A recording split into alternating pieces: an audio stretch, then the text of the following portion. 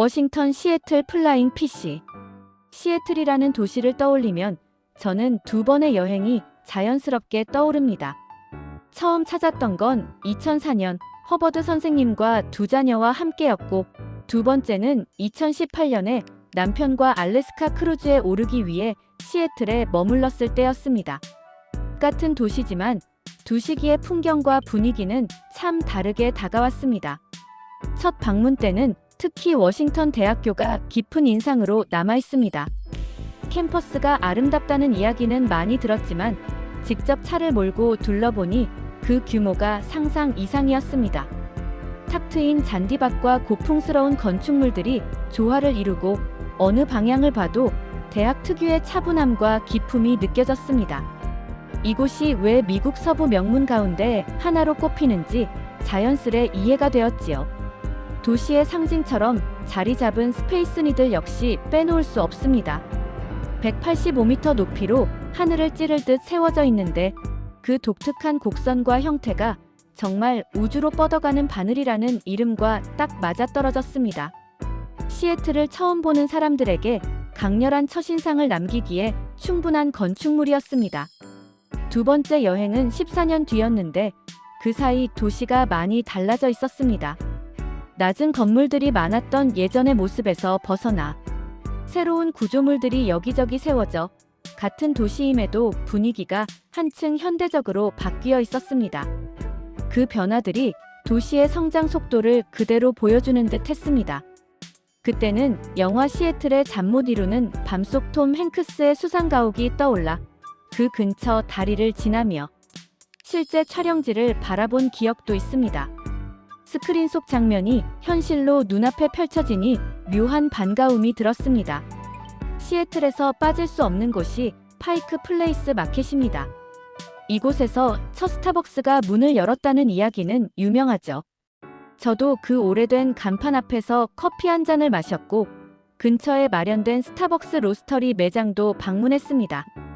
커다란 로스팅 기계가 돌며 생두를 볶는 모습은 브랜드가 단순한 카페를 넘어 하나의 문화가 되었다는 걸 잘 보여줬습니다. 흥미로운 사실도 들었습니다. 허먼 멜빌의 소설 배경에서 1등 항해사 이름이 스타벅스인데 바로 거기서 브랜드 이름이 나왔다고 합니다. 로고 속 인어는 그리스 신화와 서사시 율리시스에 등장하는 사이렌을 모티프로 했다고 하고요. 바다의 도시 시애틀과도 묘하게 잘 어울리는 이미지였습니다. 광고 한 번 제대로 하지 않고도 전 세계 커피 애호가들을 스타벅스 팬으로 만들었다는 점에서 확실히 독창적인 성공 사례라 할 수 있습니다. 마켓 안쪽으로 더 들어가면 플라잉 피시로 유명한 가게가 있습니다. 직원들이 생선을 던지고 받으며 주문을 처리하는 독특한 방식으로 세계적인 명소가 된 곳이지요. 생선이 공중을 날아다니는 듯한 그 역동적인 장면은 시애틀이 가진 활기와 개성을 그대로 보여주는 듯 했습니다. 요즘처럼 경쟁이 치열한 시대에 살아남기 위해서는 남들과 다른 무엇을 만들어내야 한다는 걸 눈앞에서 보는 느낌이었습니다. 이런 모습을 보면서 저 역시 차별화를 위해 굳이 단점을 고치기보다 스스로 잘할 수 있는 것, 즐겁게 오래 할 수 있는 것을 발전시키는 것이 결국 지속 가능한 성장으로 이어진다는 생각이 들었습니다. 강점을 살리는 것이 곧 나만의 고유한 방식이 되고 그것이 타인에게도 긍정적인 에너지가 된다는 걸 이 여행이 다시 알려준 셈입니다. 두 번의 여행 방식도 달랐습니다. 첫 번째는 아이들과 자유롭게 시내를 돌아다니며 도시를 자연스럽게 체험했다면 두 번째는 가이드와 함께한 일정이었습니다. 그 가이드는 시애틀이 왜 살기 좋은 도시로 손꼽히는지 그리고 어떤 기업들이 이곳을 기반으로 성장했는지 여러 이야기를 들려주었습니다. 특히 인상적이었던 건 실리콘밸리를 떠올리게 하는 기술 기업들의 존재였습니다.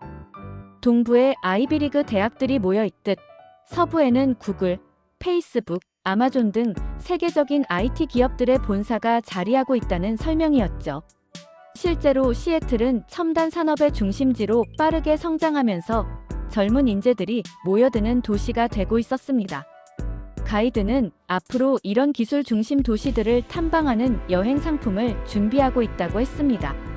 시대의 변화와 흐름을 직접 보고 느끼고 싶어 하는 사람들이 점점 많아지고 있기 때문이겠지요. 저도 기회가 된다면 그런 여행에 참여해 21세기 기술, 혁신이 일어난 현장을 직접 걸어보고 싶다는 생각을 했습니다. 이렇듯 시애틀은 두 번의 여행에서 서로 다른 얼굴을 보여준 도시였습니다. 고즈넉한 대학 도시의 분위기와 현대기술의 중심지라는 이미지가 함께 존재하는 곳. 자연, 문화, 산업이 균형을 이루며 조용하면서도 생동감 있는 매력을 지닌 곳. 그래서일까요?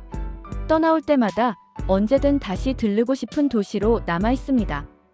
오늘의 이야기는 여기까지입니다. 구독과 좋아요는 다음 동영상을 만드는데 힘이 됩니다. 잠시 후 또 다른 미국 이야기로 찾아오겠습니다.